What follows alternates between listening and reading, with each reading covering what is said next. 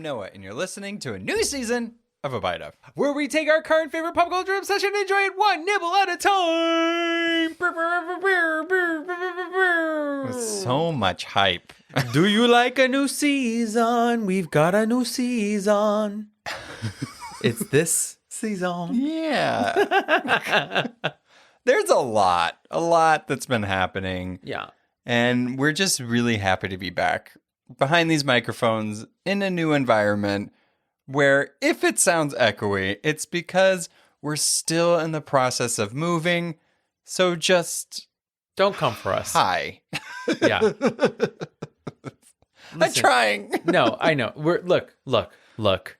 You guys are wonderful, and I know you will forgive whatever madness is happening during this recording. But we have been on a journey together, all of us, Noah and I and you.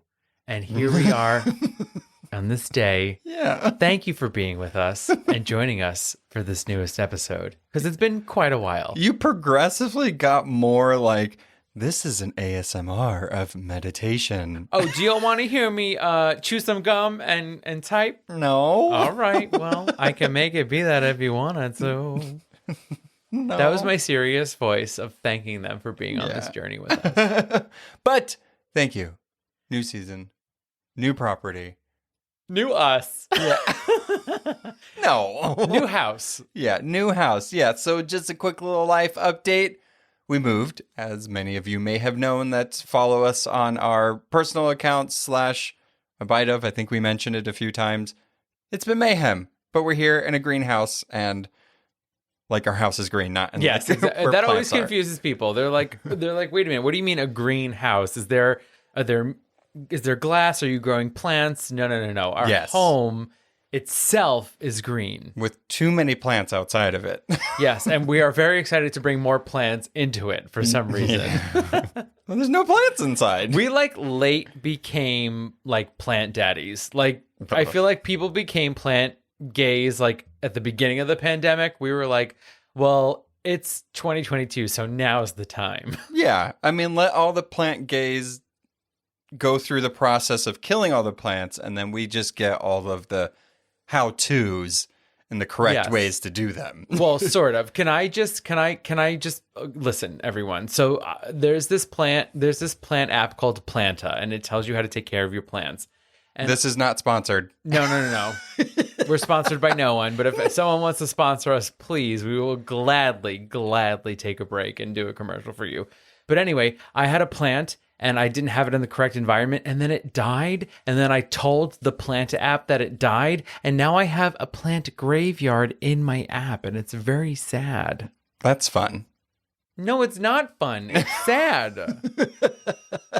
It's like, just so you know, these are how many plants you've killed. Yeah. So do you want to continue?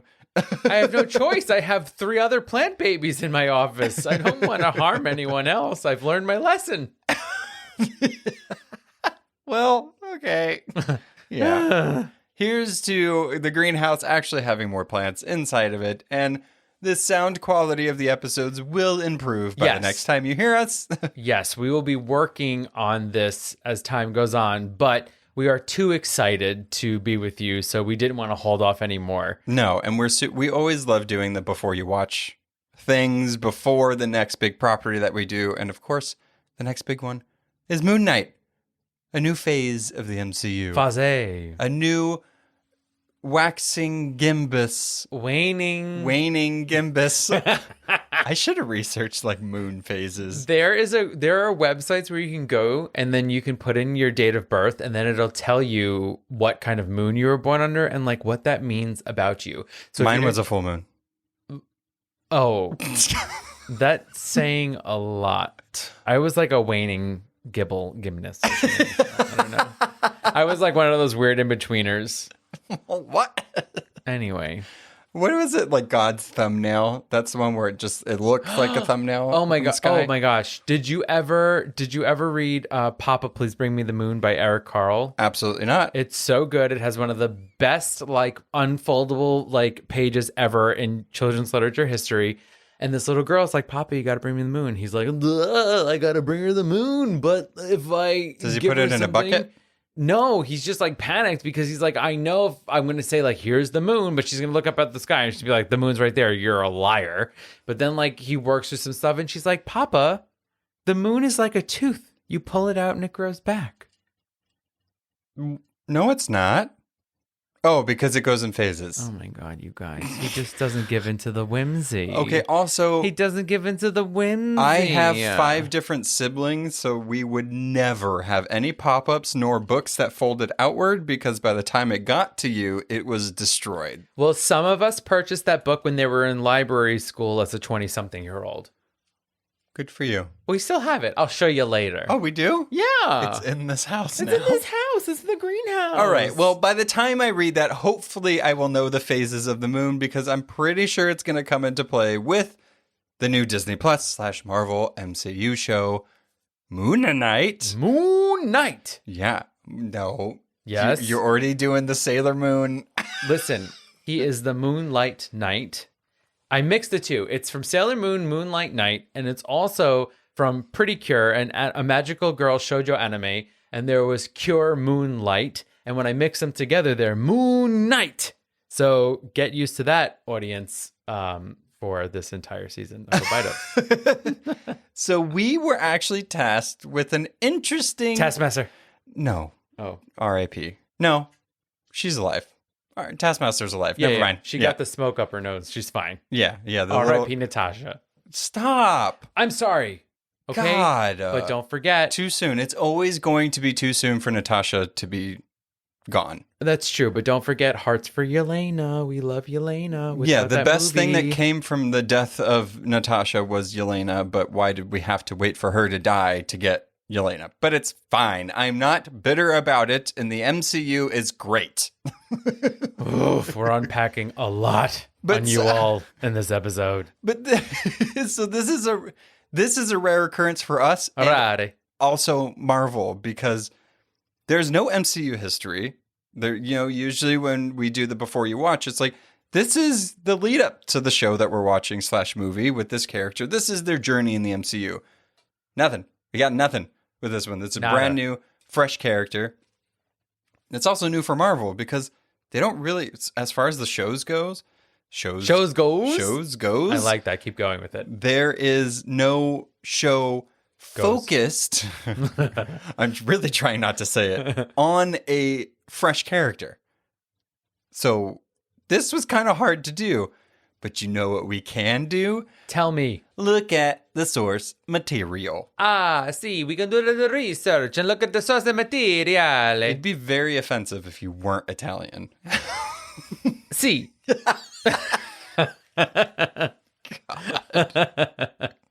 So, without further ado, 7 minutes into this episode, or however long it is since I edited it, whatever. Oops. This is everything you need to know about Moon Knight before you watch. Or at least with asterisk, what we want you to know before watching Moon Knight.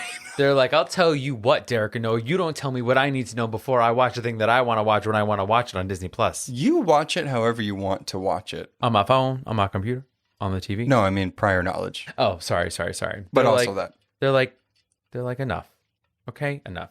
Well, listen. Whenever I do my research, if you have been a longtime fan of A Bite Of, and some of you are, and I love you. Hi, how are you? I missed you. Hey guys, comment below. How are you? Oh, it's a comment loaded below. question. It's been a while, guys. I know it feels it's been like a while. Stop. I hate that song. Oh, almost every song that we do on the show, I'm like, man, I didn't like it. Okay, so listen. Noah made that really fantastic like moon teaser with all of like some intros from some of the seasons of A Bite Of, and I looked at Noah and I said, you know what this is telling me? This is telling me there needs to be more singing. You know what it told me is that within 5 seconds of starting every episode, there's a song that happens. I mean, you're welcome. To you, not to the audience. I don't know if you guys like it, but I'm going to just try and amp up the musicality. Okay. In the season of Moonlight. Hey there. So you it with the seems moon like in your eye. just yesterday we did the Twilight Zone, But to us, it feels like a lifetime because a lot has happened. And I'm just happy to be talking at Derek to you guys. Totally.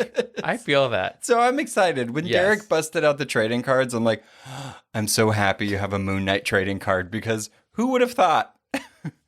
A trading card. I have 2 Moon Knight trading He has cards. Dos, Okay. Luna. You I don't know the word for night. I don't know like this type of night. Like Noche's like night, N-I-G-H-T. I don't know K-N-I-G-H-T. Okay. Okay. Anyway. All right. So Dos Luna Noches. Perfect. Oh, give me just one night. Oh, Una my God. noche. Anyway, sorry. Who sang that? So Anyway. what does the All right. Sorry. I old got it. school trading cards All right. say about Moon Knight? He is Because pushing me. He is just these- saying, get on with it. I'm just trying to keep us on track here. I love these trading cards because I want to know what the facts are. Here what we they go. decide to print on these Yes. cards. And there is a bit, so there's like a minor change between these two. Oh. I have a 1990 card and a 1992 card. Oh. So let me read you the 90 card. So Moon Knight, card number 26. Real name, Mark Spector. Height, 6'2", weight, 225 pounds. They're always 6'1" to 6'4". Heroes got to be Always. tall. Heroes got to be tall. Except for Wolverine. He's a short little meatball. I mean, that's builds into his character. They knew what they were doing there. Battles fought, 263. Wins, 187. Losses, 54. Ties, 22. I hate those. Why? What does it mean? These are Who? just made up. They have to be made up. I mean, I wonder whose job it was to be like, how... I'm going to look back in the archives of Marvel Archive. and see how many fights, wins and losses and ties happened. Yeah, and there's also like I know that obviously in big companies there's like hierarchies of people, but like in my mind they wrote all of these cards and then they sent it to Stan Lee and they said, "Stan, we need your check." And he read every single one and he said, "You got it, kid." He was just an encyclopedia of knowing every single... maybe, right? So with those stats, his win percentage is 71%. That's not bad. Arch enemies, Arsenal and Bushman. And Oh, that's old. Yeah. Wow. And his first appearance, Werewolf by Night, number 32, August 1975, which we'll get into later. Spoiler. Are you ready for the bio? Y'all ready for this? Mark Spector made his living by taking jobs as a mercenary around the globe. While working in Egypt, Spector was shot and left for dead by one of his fellow soldiers. Who shot? But he miraculously recovered, believing that he had been resurrected by Khonshu, the Egyptian god of the moon, to serve as his avenging agent of Earth. Renouncing his mercenary ways, Spector went forth as Moon Knight to deliver Khonshu's justice to criminals around the world. That's it. End of episode. That's all you need to know about I mean, Moon Knight. pretty good. And a little did you know fact, did you know Moon Knight's strength increases and decreases With the phases with of the moon. Phases of the moon. So you better not come across Moon Knight when it's a full moon, but if it's a waning gibbous, maybe. Is that the real name? It's something like that. Oh, God. Yeah. Comment below. Are we wrong? Probably. They're like, yes. Okay. To be honest, I can't see these cards because it's so dark in here. All right. Moon Knight. Now, these are the favorites, the power ratings that only go up to 7. And this is the 92. This is 92. Strength, 3. Intelligence, 2. Energy Aw. projection, 1. Mental powers, 1. Fighting ability, 6. Pretty good. Speed, Wait, is it out of 7 again? 7. Oh, fuck. Okay. 7. 1, 2, 3, 4, 5, 6, 7. Yeah, I can. All right. Speed, 2. What? He Slow. can jump across rooftops. And you know what? In a lot of the images, especially in the early comics, he does like very acrobatic kicks and things like that. So I don't agree with this here from 1992. All right. So this is card number 32, by the way, in case you were wondering. I wasn't. Not you. Oh. This isn't for you. This is for our audience and our listeners. All right, come on. Sheesh. Few men are granted a second chance like the one given mercenary soldier Mark Spector. Having met his death in the deserts of Egypt, Spector was revived by Khonshu, Egyptian god of the moon, and became the agent of vengeance known as Moon Knight. In atonement for his violent, materialistic life, Moon Knight uses his wealth, cunning, and ingenious weaponry to wage war against criminals and terrorists everywhere. Real name? Mark Spector.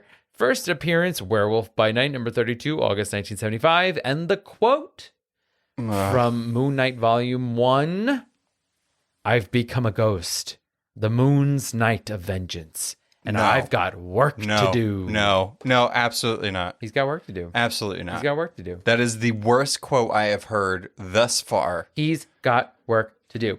So a difference that I noticed between the two cards, that in the first one, it's like, they're kind of like, yeah, he thinks he was revived by him, I guess, maybe. But in the second one, it feels like they truly believe that he's been revived by Khonshu. Well, yeah, and common knowledge for current readers / hopefully in the MCU, he has been revived. His character itself is very weird. It's more like the seeds that were planted in the beginning were then expanded on the further it went into his comic history. Yeah. And it just got better and better and better and better. But isn't that the way it should be? You know what I mean? It's like an idea is formed and people like the character, but now let's round them out. Let's give them some depth. Let's figure out what their real motives are and what happened to them rather than just some person that came out of nowhere. Yeah, I do have to say, after especially all this extensive research, going back and reading a lot of these Moon Knight things, because I've read Moon Knight as long as I can remember, as long as issues were coming out and stuff like that. It's been great. I don't think that there's a single bad Moon Knight run / iteration. There's stories that maybe people might not like, but they've all been pretty good. I think he's a very interesting character, and I don't know. Yeah, I think he's one of the few characters where writers have interpreted him a little differently or just more expanded on the mythos of the character. The coolest thing is with Moon Knight, since himself is kind of himself. Since he himself is like an unreliable narrator, writers can play with that a little bit. Sure. And then it just has this whole ambiguity. Wow. What is happening to grammar on the other side of this table? The whole ambiguous nature? There we go. Right? Sure, I'll go with that. Okay. Yeah. Of the characters kind of left up to interpretation or until the next writer is like, by the way, it was this. It kind of was this. So it's fun. It's kind of fun to just... You're kind of seeing how this character is being built. Yeah. Without it being retconned after retconned after retcon, so I like it. And I also kind of feel like it's the difference between a villain character and a actual hero, right? Some might call that an anti-hero. Antihéroe. Sure. So, but you know what I mean? It's like when a villain appears in the middle of a comic, they are already there in a sense a lot of the time. Whereas, and that kind of felt like, and we'll get into it, his first appearance, right? He's just sort of an antagonist. But they built onto that, and that's what makes him this hero. Because we're learning more about him, we're seeing more of his backstory, and we're seeing how he progressed to who he is today. It's funny, a lot of characters that are in comics that we know of today, like Captain Marvel and stuff like that, they were supporting characters or characters that kind of just showed up.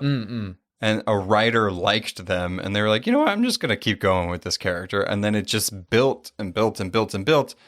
And the reason why we have characters like Captain Marvel, Captain America, Iron Man, the Hulk, and stuff like that is because you had people that liked the character and kept building on them, while you have characters that are kind of like people like. You just don't have a writer writing them in the forefront or giving them single issues. So it's... Moon Knight is a very interesting example of how something that was just happened could actually just keep going. Right. So we'll get into a little bit of his like first appearance and first issue. I kind of wanted to focus more on his first appearance because I think it's really interesting on how this character was formed and then just continued. But Moon Knight only really has like 5 iterations of his run, which isn't that much.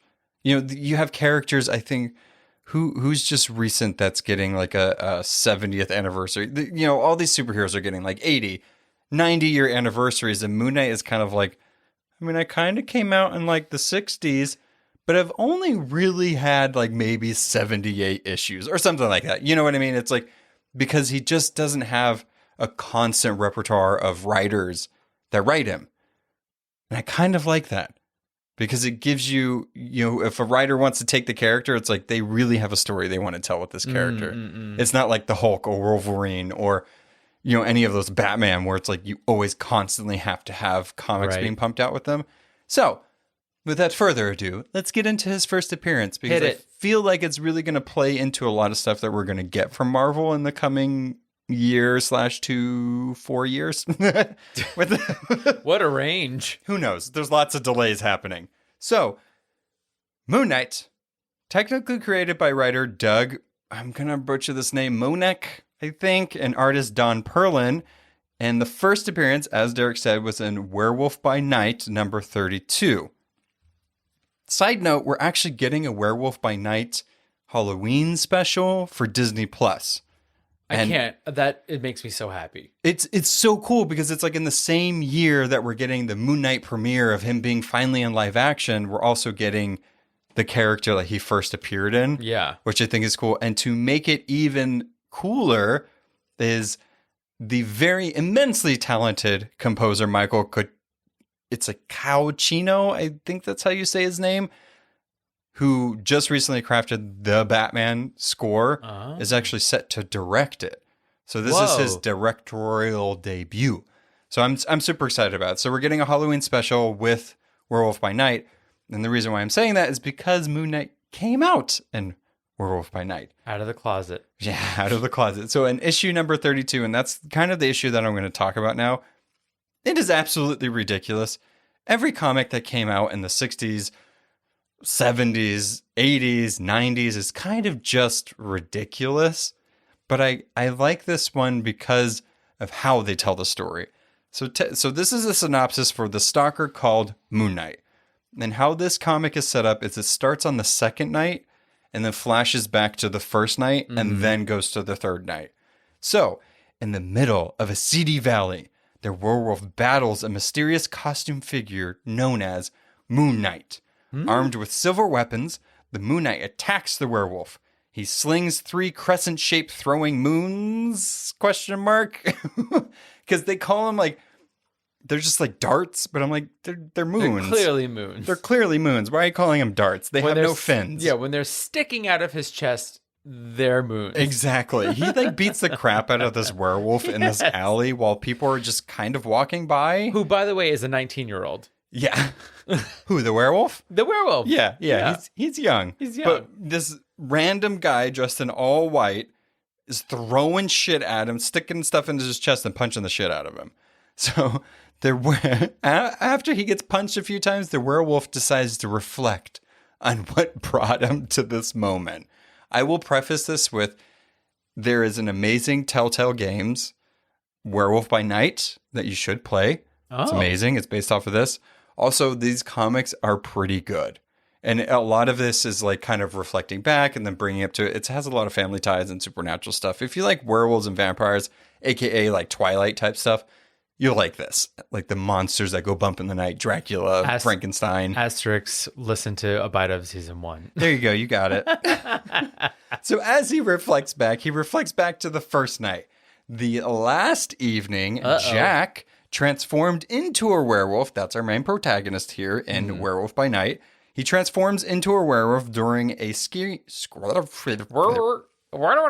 me just rewind a little bit. Transforms into a werewolf during a skiing trip in North Carolina where he brutally mauls his really good friend Buck. His bestie. Buck is just done. Bucky, Snow. Hello, Winter Soldier. I'm just saying. That's a lot of degrees to Kevin Bacon that I don't think they'll connect. Bucky, Winter. That was 3. 3. So There's no connection, but I'm just saying. After he mauls his bestie Buck, Yes. he runs into the snowy forest where he camps out. Buck's body was later discovered, where surgeons had a very fun time trying to keep him alive. I mean, he was mauled by a werewolf. The bait and switch throughout this comic of like they're like, oh no, we can't save him. We can save him. We can't save him. We'll save him. And then that's why it was like I had a fun time because apparently it was so ridiculous. And then like Jack gets there and he's like, I killed my best friend. They're like, no. Yes? No. Yeah, they have no idea. Almost, maybe. These are the most unqualified medical professionals in the entire Marvel universe. And it's like, what happened to the guy? They're like, get him into surgery. Get the electrical zapper things. I'm not a doctor, you guys.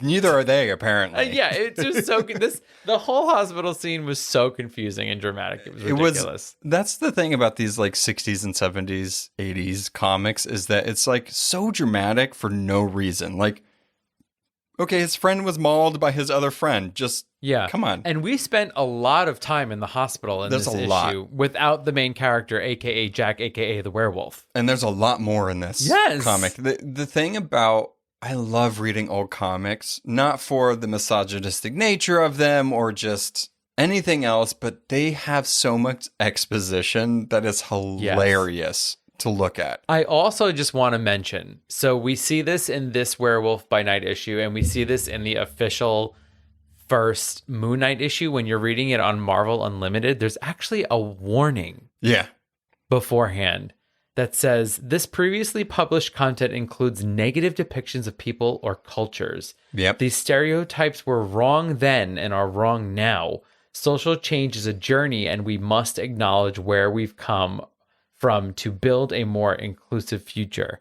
I was like so caught off guard by that. It's amazing to see that because I mean most of the older comics do need to come with that warning, unfortunately. Yeah. And there are some trailblazing comics that don't need that, but most of them do need that. It's the whole, girlfriend in the refrigerator type stuff that happens. It's like the depiction of women, the depiction of minorities and everything. It's just, it's kind of icky. It's real. Yeah, it's super icky. And I'm glad that with these digital platforms that are coming out, Marvel Limited, you can sponsor us per doing your praises here. Someone sponsor us. Oh my gosh. But it is cool that they can put these warnings in front of them because somebody that buys this comic, say they find it at a comic shop for $1, they're not going to see this warning. Right. Which is unfortunate, but it's part of the history. So it's kind of like the archives. It's still there. But I'm glad that this warning is on there. So when Jack awakens, he has no idea when or who or what or where he is or what happened to dear old Buck. Yeah. He hitchhikes his way. Remember when hitchhiking was a thing? Don't do it. Unless you have a caboodle. Oh, no. He hitchhikes his way back home where his stepfather told him what happened to Buck. Jack sped to the hospital where he's met with Eliza, who is Jack's sister / werewolf / were-demon / now human. Her history is very complicated. All I will say is that in some of her garb, especially when she was like a were-demon / werewolf, it looks like Mystique's outfit. It's very much like a single thing of cloth with like a head thing cut out. Yeah. And it's draped over her body. And then skulls. Skulls! It looks very much like Mystique, but it's just a blonde hair white woman underneath. Yeah. Boring. And also there is Topaz. I like Topaz a lot as a character, especially later on. But just what you need to know about Topaz is that they are a talented magician. Also later on a lover of Jack. The werewolf. Oh, yep. My. So anyway, they told him that Buck was in critical condition and he has slipped into a coma. Don't they all slip into comas? They always slip into comas. Why? You know what? Dramatic effect. Yeah, I have to do more research because I don't know why. Everybody, no matter what the injury, it's a coma. Yeah. When Jack returned home, we and he finds Moon Knight standing in the living room. What up, sucker? Yeah. The Moon Knight knew that Jack was a werewolf, and he reveals that the committee, aka a secret organization of anonymous businessmen and financiers, Hydra? aka white men Oh. just spending money to make the world go in their direction. Rid the world of their evil. Have paid him a $10,000 to bring Jack in alive. Philip Russell, and this is where this gets so weird. Philip Russell, and yes, that means that Jack's last name is Russell. He's Jack Russell Terrier. Werewolf.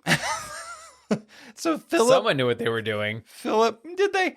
Philip Yes. Russell is the stepdad / former uncle, because he married his sister-in-law, Laura, and then invited her and the kids, aka Jack and Liza, to live with him. But isn't he also a werewolf? The family has a curse of having inherent werewolfness, aka why Liza was a werewolf / were-demon / is now human. So one of the things that I took from this Spoiler. is that the Michael J. Fox movie Teen Wolf was based on this comic. Kind of. Right? So the funny thing about this comic, and I know this is kind of skipping ahead and stuff like that, this comic actually got banned for a while because this amazing, and I put that in like air quotes and I'm not being serious, Comics Code Authority decided that monsters or scary things weren't allowed. So Werewolf by Night got canceled. A lot of these other things got canceled. Monsters were deemed inappropriate for children.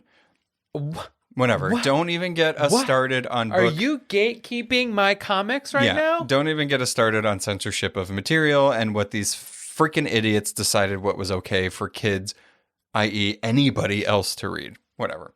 Poop. It's annoying. That's my official quote. Yeah. So anyway, Philip Russell, this normal person, this is stepdad at this point, he grabs Moon Knight and restrains him long enough for Jack to escape. Thanks, Dad. So I did think it was interesting that in this comic specifically, this is before Moon Knight has his first issue and before he's really fleshed out, but it's revealed that his name is Mark Spector and he spells his name with a K instead of what we know as a C. Because the C looks like a crescent moon, so they had to change it. Exactly. Oh my God. Look at that. So now we lead into the third night. So we went from the second night to the first night, and now we're in the third night. Can I just talk about something for the first night? Sure can. Okay, I just love so one of the like major plot points of this werewolf, this teen werewolf, is that when he is the werewolf, he doesn't actually know what he's done. So he's very ill-trained in the goings-ons werewolfian of lichenism. Code. Yes. Mm-hmm. So when he becomes a human again, he has the jawline of what can only be described as a brick. And he has to remember where he put his clothes from the night before. Yeah, because he doesn't know where he took them off. And he was very happy that this time it only took him 3 hours to find it. Have you watched Teen Wolf with Tyler Posey? No. That's his name, right? Yes. Yeah, the MTV show. Like it was like He's the had last. a turn, that kid. Yeah, it was like the last MTV show that they did before they kind of just went back to Road World. Love Island. Yeah, and all that stuff. It's so similar to this. Really? It's so similar to it because like at first when they don't know what's happening and they have to like be chained up somewhere. And it's like, it's this whole big thing. And I know like werewolfism, lichenism goes back a long time prior to this, but it's like Werewolf by Night was really a trailblazer on fleshing out a lot of werewolfism and vampirism and all this stuff. I mean, it is really interesting. And, you know, maybe this has to do with what you said before about sort of like the cock-blocking nature of some people about what's allowed in comics. I like that, yeah.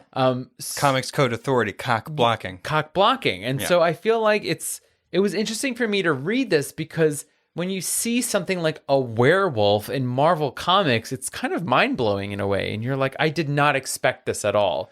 And this felt like a refreshing read, even though it's so dated and so ridiculous. But at the same time, you're like, it's cool to see a mythical creature written like this as a main character in a comic series. Yeah, I mean, Werewolf by Night has a huge fan base.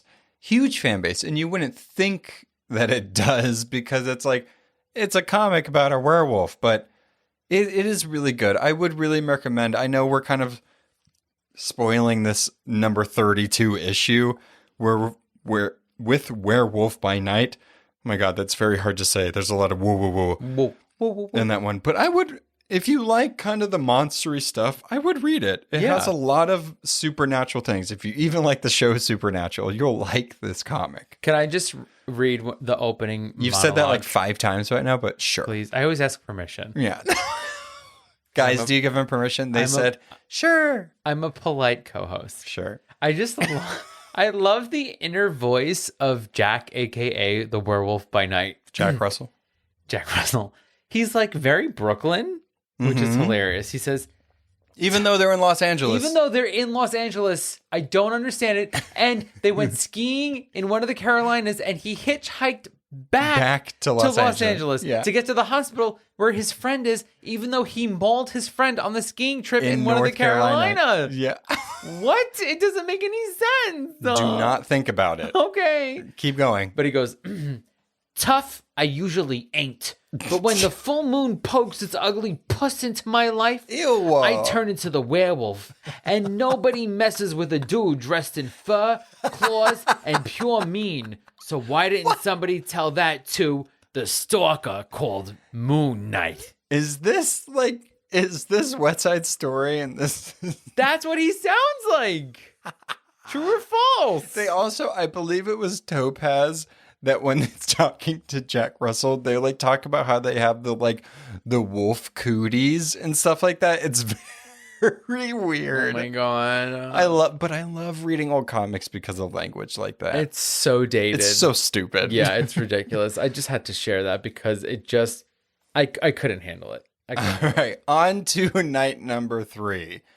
Back in the present, Moon Knight continues to batter the werewolf with several well-placed kicks from his silver-lined boots. Did I say kicks?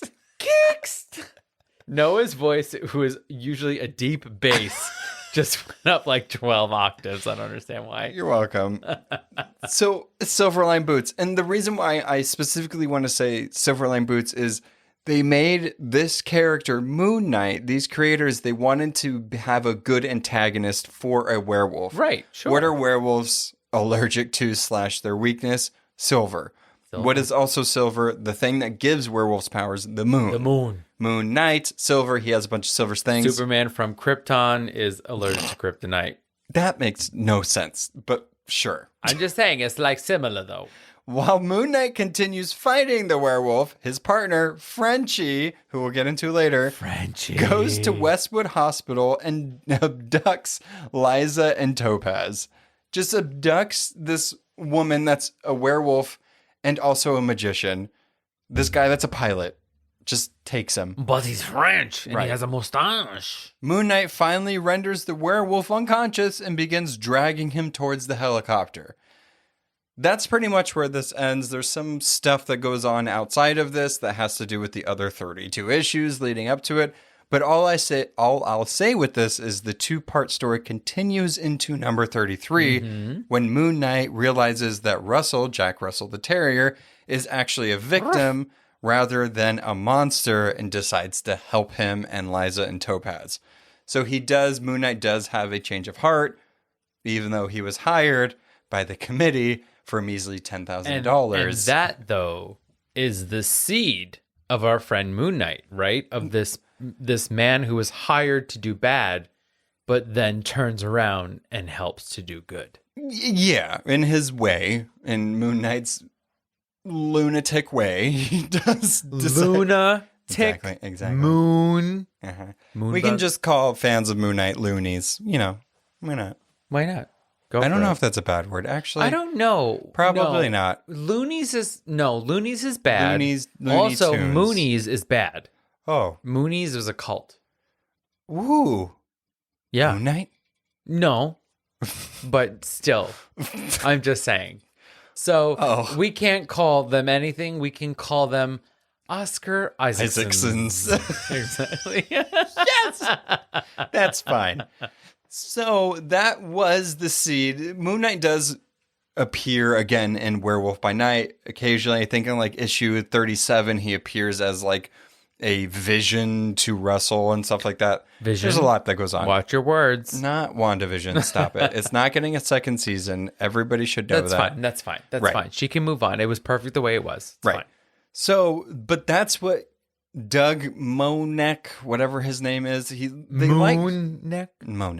They like the character so much that they wanted to expand on the character.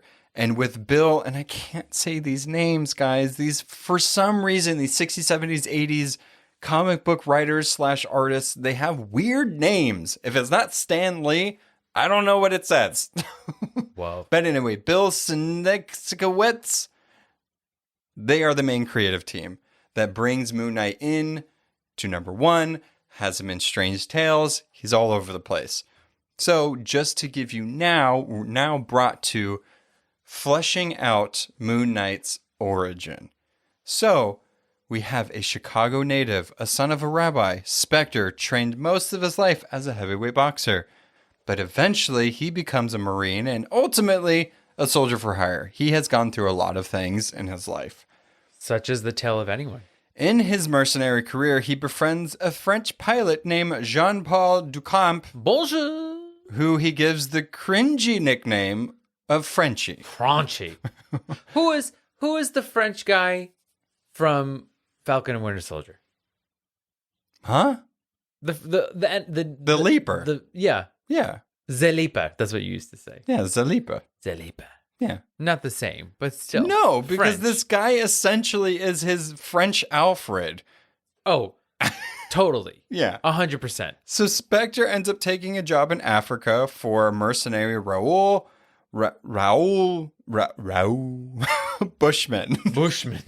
I kept saying the name and I was like, is that how you say it? There's an extra vowel. Raoul? How's it spelled? Raoul. Yeah, Raoul. Raoul. Yeah. Raoul. Yeah. Moon Knight's soon-to-be nemesis, keep that in mind, as a hired gun. This guy is absolutely terrifying. If you haven't seen Bushman, I hope he is in the show because he's terrifying.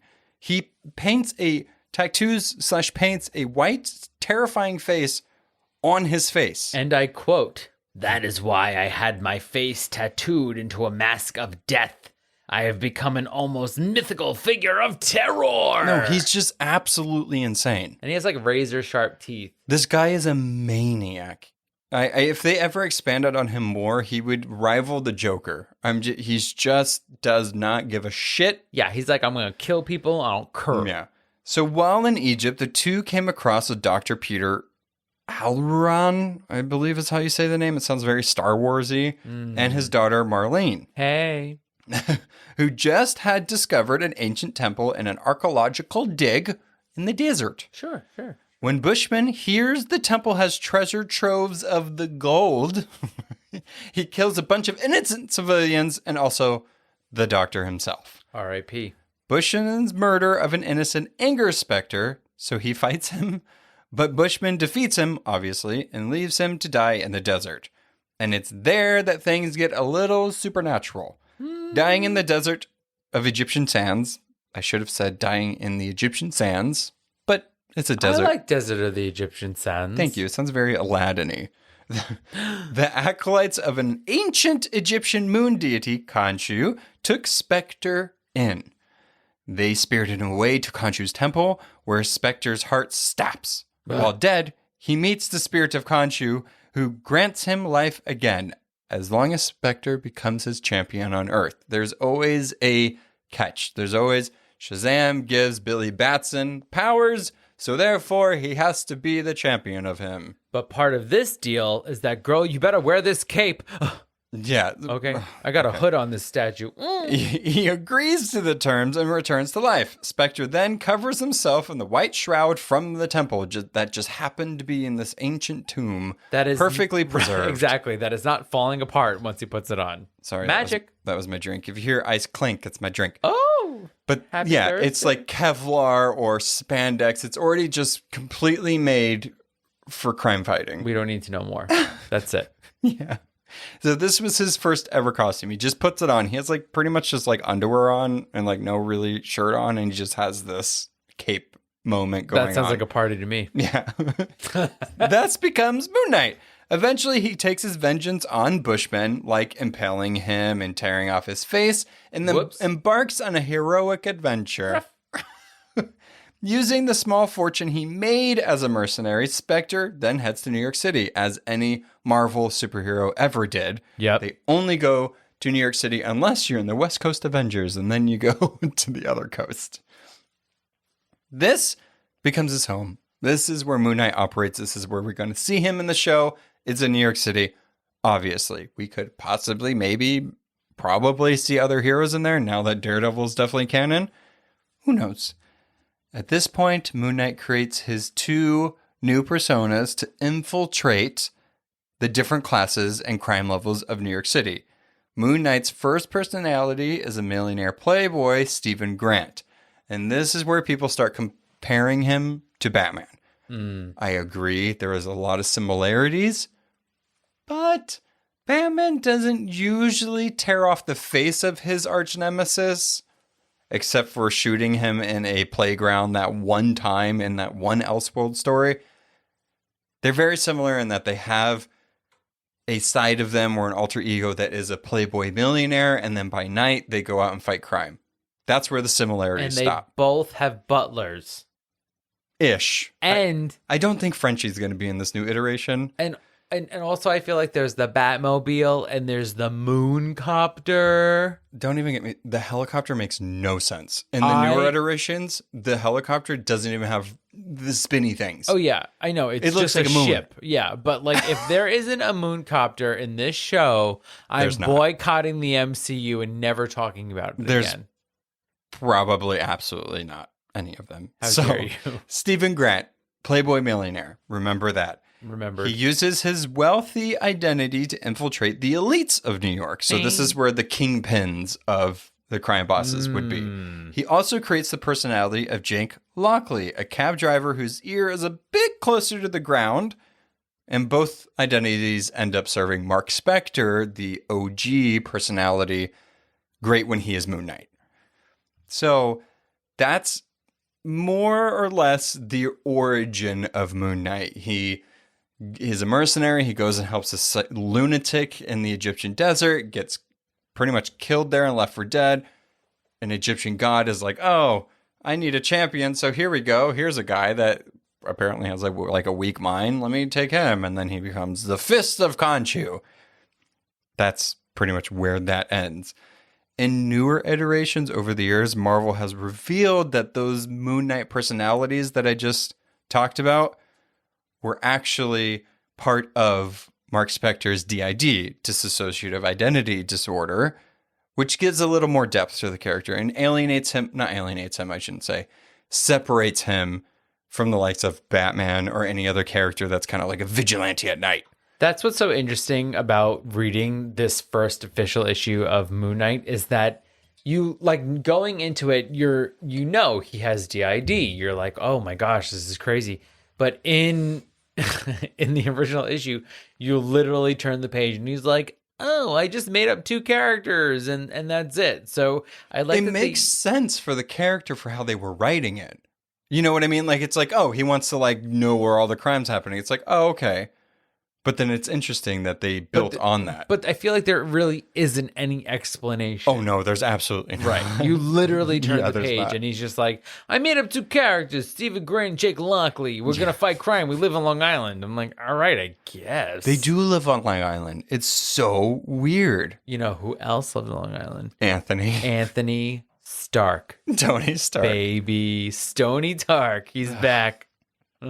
He did. They all lived way back in these comic origins. If they were a wealthy superhero, always lived on Long Island. I think that was like a thing in the 70s and 80s. It was like a thing. We live on Long Island. Girl, not us. We ain't rich.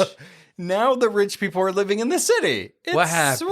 Well, it got expensive. That's What happened? what happened. And we're not sponsored, so we can't live in the Someone city. sponsor us. I'm just kidding. I don't care if we're sponsored. We just like talking to you I guys. care. Okay.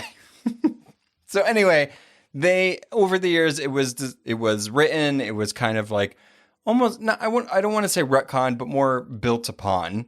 I should say that since he was a child, he had DID, and that's why he came up with these characters so easily. That was why it was easy for him to just fall into them because they were actually personalities within him. So Moon Knight's 4 main personalities, and these are the ones that I'm assuming is also going to be in the show, even though I think we've only seen really 3 of them. Mm-hmm. I think the only one that's missing is Jake Lockley, Yeah. really, is the cab driver. So maybe we'll see a little bit of him, or maybe they just might absorb him into the other ones. Because 3 is a lot for an actor to portray. But I think Noomi Rapace played like 7 different characters in a Netflix movie. I'm just going to say. But also, it's interesting because when you go on IMDb and you look at the cast list, right? So for Oscar Isaac, it says Mark Spector, Stephen Grant, and Moon Knight. So that leaves out Jake Lockley, but we've seen in some of the promotional materials that Mr. Knight is there, and he's not listed either. Yeah. But that's a separate character from Moon Knight. Well, no, for sure. I mean, I think, yeah, that's weird. I don't know if they're just absorbing. I feel like they're going to absorb one of the personalities into the other one. Yeah. But it is weird that 2 of the personalities aren't listed on there. Yeah. I don't know if I just have theories about what they're doing, and I'm interested to see in who they create and who they bring forth as personalities, because I think it's a really interesting choice for Oscar Isaac to have a British accent. Okay. I mean, we'll get into like the MCU version of Moon Knight. The one thing, and this is such a weird thing to be like, that's weird, is his accent. The British accent that sounds like a chimney sweep almost. I don't know why. Yeah. So that to me, that feels I'd rather have more- a New York accent. Yeah, that to me feels like more of a Jake Lockley character who's like a cabbie from wherever, like from Yeah, it's London or just so something like that. weird. It's such a bizarre choice. I mean, I read an article and he was like, I just decided to try it. And everybody was like, cool, that works. But it's like, why? I mean, in Oscar Isaac, I trust because he has not let me down since thus far in any of the things he's been in. So maybe you just have to see more scenes with it. But hearing like sound bites of it, I'm just like, "Bleh. I don't like that. It is weird because it's like you're in New York, like you're from New York. Like, why are you? Right. Where's the British coming from? Well, when I first, when the trailer first came out, I hadn't read any Moon Knight. And so I was like, oh, he's British. He's a British character. And then when I read all of these comics, I'm like, he's firmly based in New York. You literally, He's an American mercenary. Like, any Marvel character, because the difference between DC and Marvel is that Marvel bases their characters more or not, unless they create a new place, in real places. right. I.e. mostly New York City. Everybody has their own neighborhood.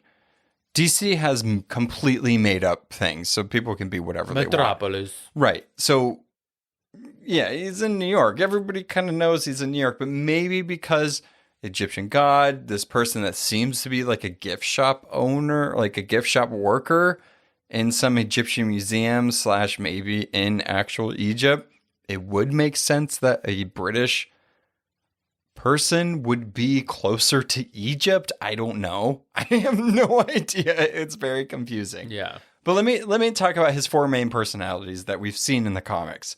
So his personalities over the years have been kind of like the reason why he has these personalities is because they're aspects of Khonshu. It's very confusing. So the personalities are the Traveler, the Pathfinder, the Embracer, and the Defender of those who travel at night, i.e. Moon Knight.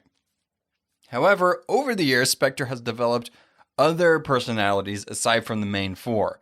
This calls into question whether or not his personalities have anything to do at all with the supernatural deity of Khonshu. So that's what's super interesting about this character is he's unreliable, but also so is the storytelling because of the DID that he has. Is it manifested because of him having Khonshu also in his head and having these different compartments within himself?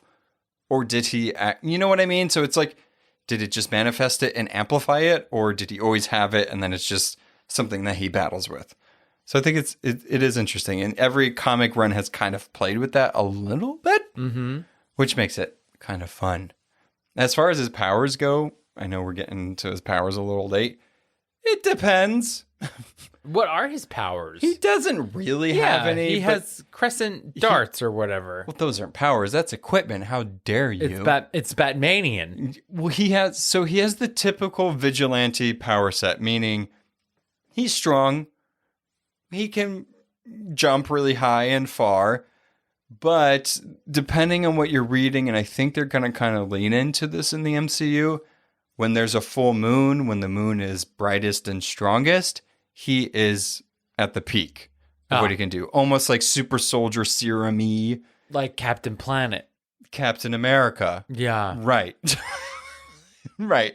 But one thing that is constant throughout his comic run, so I think this power of like super high pain tolerance and being able to withstand all these blows, he can get blown up, he leans into all that stuff, is that this is what's going to come into play, I think, as a normal guy in the MCU, getting this like mummified costume and being endowed with the fist of Khonshu, as they would say in the comics. I'm pretty sure we're going to hear that in this show. We better. It's in every single comic iteration. We have to. The fist of Khonshu. He's the fist of Khonshu. The defender of those who travel at night. Vengeance. He has to be able to withstand an explosion, a kick, a throw, a broken rib. Yes. That's like his main thing. He also has like some like prophetic visions. Is that the way? Is that he can see into the future? Is that the way to say that? Prophesize? No, mine's wrong. I don't think mine's any more right. He could prophesize? Prophesize? That's not a word. Profiterole? He has That's a pastry. prophetic visions. I don't think prophetic is right either. He has he can see, he has visions. Let's just say that. But I wanted to make it more godly because it's a god deity. Anyway, whatever. Yes, he can sometimes do that depending on who it is. Fist of Khonshu. Right. Okay. So as far as comic book Moon Knight, which is the only thing we have to go off of except for like the Avengers animated show, which he was kind of in. He's been in like some animated stuff, but really that's all we have leading up to the MCU, leading up to his debut, Oscar Isaac's portrayal as Moon Knight, Stephen Grant / Mark Spector / Jake Lockley / Mr. Knight. That's all we have so far. What we need to talk about is what to expect, the things we've seen in the trailer / the villains that possibly could be in it. That's what's blowing my mind about this. Is like any of the other shows / movies that I've seen, I'm like, oh, that's this character. Oh, that's this character. This one, outside of Moon Knight, no idea. But I even think that they're like, it feels like they're rewriting the character in a sense. When you look on IMDb, you're like, wow, Derek, great research. But when you look on IMDb, it says like an ex-Marine, blah, blah, blah. And it's like, but the way that they're creating the character, what they're showing us in the trailers is that he's like this meek and mild person that, like you said, like works in a gift shop, right? He has like sort of an official coat on, and you're like, how does this person get the powers of Khonshu? So in my mind, I feel like we're almost like deleting this whole mercenary storyline, and he's a guy that works in a museum and stumbles upon the Khonshu exhibit and gets the powers of Khonshu. I don't know though. Maybe. But I'm just saying from what they're showing us in the trailer. I think that's what they want us to believe. You know what I mean? Because it does seem like that. It seems like this kind of meek guy that like stumbles onto something that he shouldn't have. I don't know who I am. Stop. I can't wait for that to stop. It's with going that to character. Be always, because the base of the character is that voice. No. That's the Mark Spector voice. No, let's make it Steven. But that's no. Or Jake. Exactly. Like, so again, I think that, okay, so let's take it back a step further. Derek Theory 2 is that he was a mercenary. He was Mark Spector, but through some trauma of being in battle, he goes to one of his personalities of Jake Lockley, who is this meek and mild British character. And that's who he lives as, even though people are calling him Mark. Yeah, okay. So let's go to the trailer. Let's go to what we've seen with the trailers and the things that we've been given. It's interesting. I think it gets dicey when there's like a character that's one, unreliable, two, has like multiple personalities because you don't really know who's the main one and who's going to take it over. If you've seen like, this isn't the same thing, but kind of like Orphan Black type things. You know what I mean? It's like, who is the original? Who's this? Who's going to be doing blah, blah, blah? Who's really pulling the strings? I think that's going to be a big part in this. This is also a limited event series. 6 episodes, the Moon Knight event. But they're labeling it as like an event, meaning I don't know what that means. Is that just their way of saying that it's not connected to anything, it's never going to be connected to anything, it's just an event? Sure. Do you know what I mean? I don't know. It's like, where does Moon Knight fit in now? Because we know basically all of Phase 4 of the MCU, and Moon Knight ain't in none of it. No. Well, no. The fuck Phase 4. I'm just going to say fuck Phase 4 because that whole thing, they released that timeline and then COVID, but then all this other stuff and all these other delays. Like, I have no idea what's going to happen with the future of the MCU. Things keep getting announced, which is great, but I'm just going to take it as it comes until I see an actual trailer or like something officially from like the Nova account. Then I'm going to believe it. He said love and thunder. How about love and nothing? Yeah, exactly. I mean, so in the trailer, there's a line that is said, I can't tell the difference between my waking life and dreams. That oh God, to it was me, all a dream. well, no, that to me makes me feel like by day he's a gift shop worker. By night, he might be a mercenary or some type of character. You also see in the trailer that he ties himself to a bed, meaning that by night he has to control himself. It's a werewolf. Something happens at night. Yeah, where he has to control himself. He doesn't know what's happening. He wakes up maybe with blood on him, whatever. He's seeing things. It's obviously him coming, like he's dealing with his DID, even if he doesn't know he has DID. Throw in Khonshu. Who knows what's going to happen? Give him a cape. Right. He'll be fine. It also appears that the mental condition of Mark Spector or Stephen Grant, whoever this is in a very serious stage because he ties himself to the bed. Sure. So it seems like it's kind of like at the peak or at his like knowing what's going to happen or whatever is going to be the catalyst for the rest of this character. We also see Arthur Harrow, played by Ethan Hawke, walking amongst a group of people seemingly kneeling to him. So this character, I want to say, so Ethan Hawke, he's playing Arthur Harrow, which in the comics is weird. It's nothing like what we've seen in the trailer. So the character appeared in one of the comics in the 80s and abruptly disappeared. He's like in a comic and then gone. After that, this particular character that Ethan Hawke's playing, there's been speculation that maybe it's a mix between a few characters. I feel like with Moon Knight, with this show in particular, some of these characters are going to be a mix of other characters. Marvel's kind of known for doing that anyway.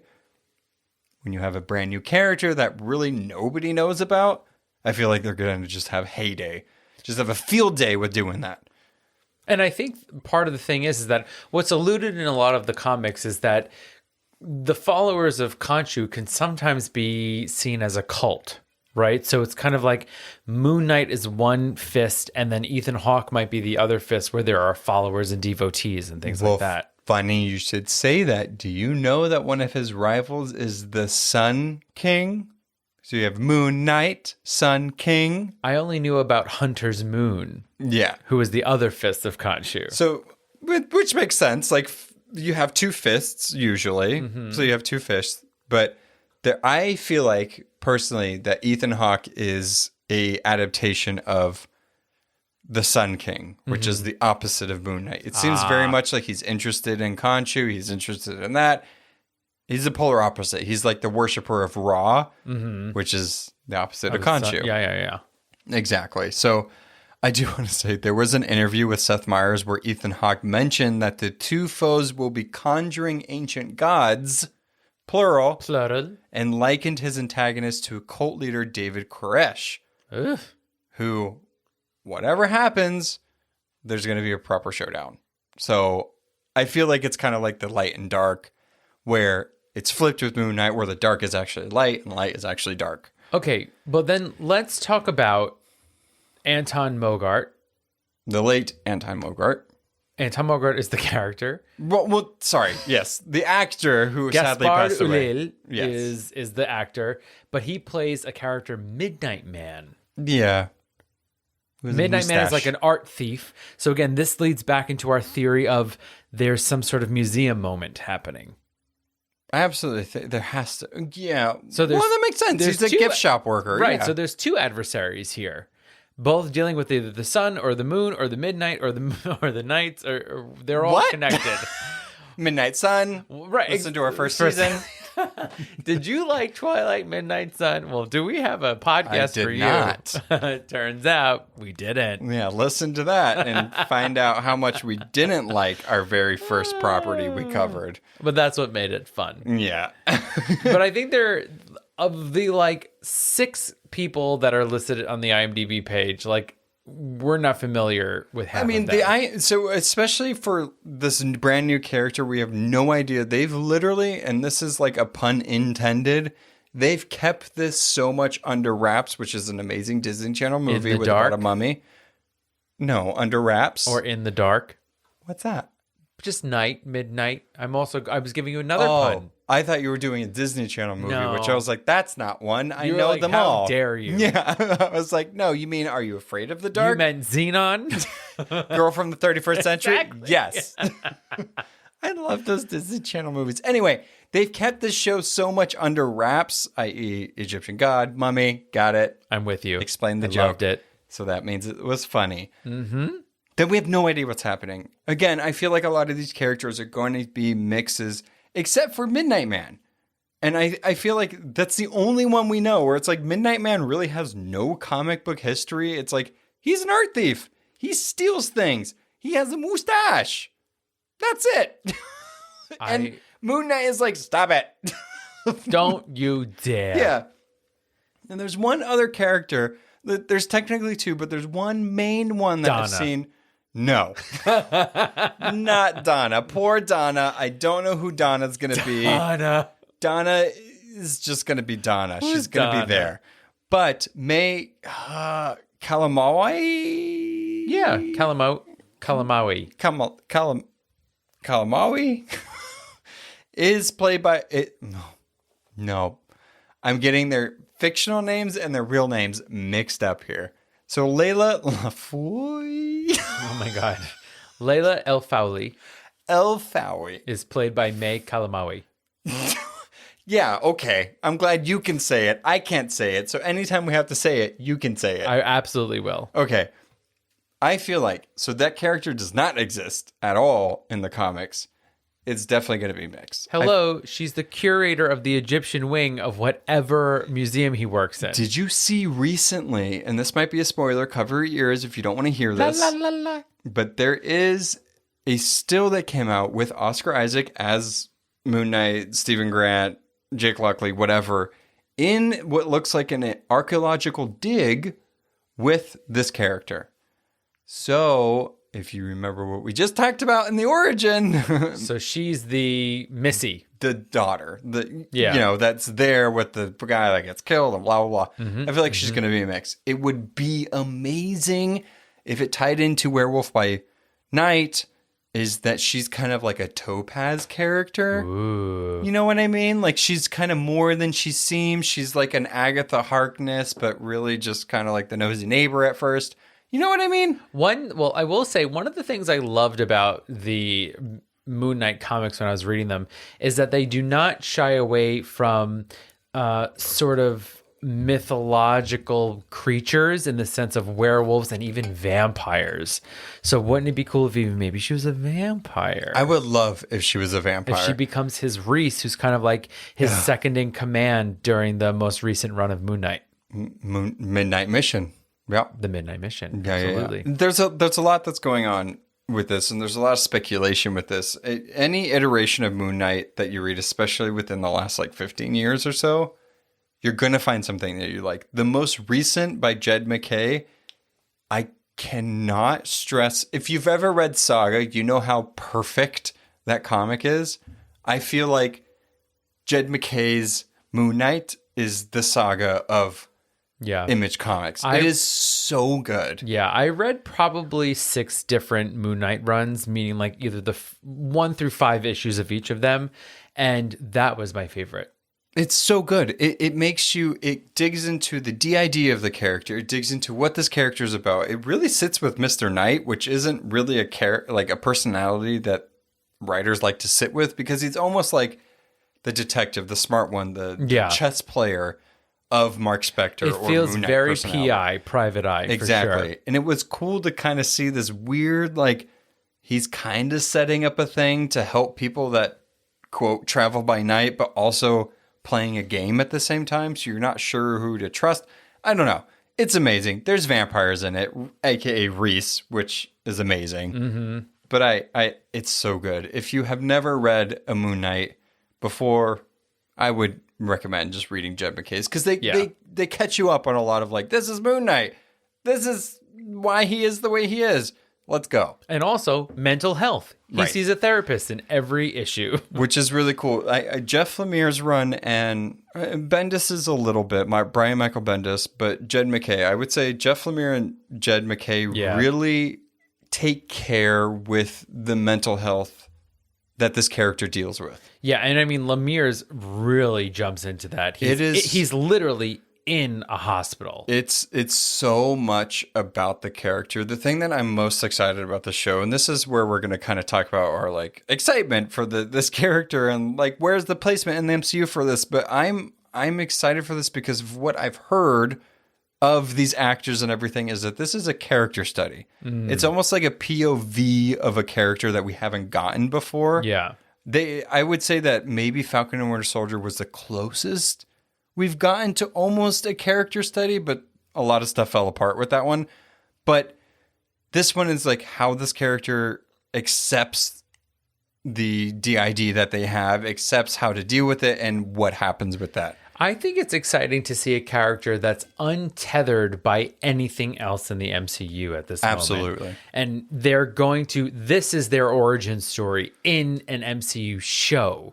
So that to me, like kind of, although there's roots to the character, it gives the writers carte blanche to really create this character in this universe. And we get to be there for the ride in a 6-episode quote unquote event. Can I tell you what made me super excited about the show? And it wasn't just Oscar Isaac and everybody that's involved with this. It was actually a conversation that Oscar Isaac had with IGN where they discussed Moon Knight's place in the MCU. And this is actually what really excited me. They said that Oscar Isaac said how it rests on its own terms, meaning that it's not part of the MCU story. It's part of Mark Spector's, aka Moon Knight's, story. It's like this does happen obviously after Endgame, around when Falcon and Winter Soldier happens, because we saw the GRC, the Global Reparation Council van that's in one of the trailers. So it happens at least 6 months after Endgame, aka 2023. But it just takes place within this character story. Right. That's it. It's on its own terms. It's unreliable / reliable. Whatever happens. I'm so excited about that. It is exciting because it's like maybe some other characters that we don't know, since they've kept it very hush-hush, will show up. But it's so exciting to go into something that's so fresh and so new. I'm very excited about that. I'm definitely looking forward to it. I'm looking forward to a character being in the very talented hands of someone like Oscar Isaac. I think he's going to do a great job leading this cast on this journey and discovering us, just helping us discover as an audience Moon Knight. I mean, he made Apocalypse in a very shitty movie. I'm sorry if you like that X-Men Fox movie, but he made Apocalypse great in a movie that was destined to fail. I'm very sure that Poe Dameron can make this. I need to rewatch that X-Men movie because I was in Spain when I watched it and it was dubbed in Spanish. So I was barely following what was going on. No, English is the same way. You'll feel the same way. There's a scene at the end. It's just, okay, that's fine. So I think we both believe that this will be better than that Oscar Isaac role. Absolutely. And there's been a lot of quotes from him, and he's been going on these press circuits and stuff. And he was approached by Marvel a few times to like, hey, try for this, try for this. Obviously, it's Oscar Isaac. Why would you not? Have you ever seen Ex Machina? Come on. But there was something about this character and the placement of the MCU that really he was like, okay, I don't have to worry about Doctor Strange. I don't have to worry about Spider-Man. I don't have to worry about all this stuff. It's its own story. It's its own character study. Yeah. And this is the reason why Disney Plus has had the parental controls. They're getting ready for more mature content. Yeah. It's a whole tonal shift, in the quotes of Kevin Feige. Watch It's a your tonal mouth. shift for the MCU. I'm excited for it. We're getting Moon Knight, we're getting Obi-Wan, and then we're getting Kamala Khan, a.k.a. Ms. Marvel. I'm excited for all this, like, ups and downs and different types of stories we're getting. We have quite the exciting year ahead on Disney Plus. Yeah. Absolutely. So hopefully this was illuminating like a full moon. Ooh, full moon illuminating. I hope we could be a little bit of Khonshu of your conscience to get you to know. No, it doesn't That make one sense. didn't work. Just don't make that one face. didn't Let work, it go. you guys. I hope we could be the Khonshu for your knowledge of what Moon Knight is. A little bit more of, oh, this is kind of what I expect going into it. Just think supernatural. At night, he wears white because he wants his enemies to see he's coming. He's crazy. He's the Fist of Khonshu. Yeah, I'm excited. And hey, we'll see you next Friday after the premiere of Moon Knight. I know I talked a lot in this episode. Zooby, zooby, zooby, zooby, zooby, zooby, zoop, zoop. Wait, is this like the Oscars? I'm like giving you the acceptance music. speech? I'm cutting you off. This isn't even our longest episode. Zooby, zooby, zooby, zooby. Did this make sense? Comment below. Comment below. I love you guys. We're excited to be back. I missed you so much. Patreon episodes are coming. Patricians. Stop. Patricians, we're here for you. People accept it. I don't accept it. Well, And guess what? It's at least, 40 against 1. So deal with that. all right. Me and the Patricians. Okay. Until next Friday, guys. Bye-bye. Moon Knight. No. Thanks for listening to A Bite Of, artwork and editing by our own Noah. Be sure to subscribe and follow us on Instagram at A Bite Of Pod and on Facebook at A Bite Of. If you have questions, recommendations, or just want to say hi, you can email us at abiteofpod@gmail.com. You can find us on all podcast platforms. Please be sure to rate and review to spread the word. Hope you join us next time on A Bite Of. Bye!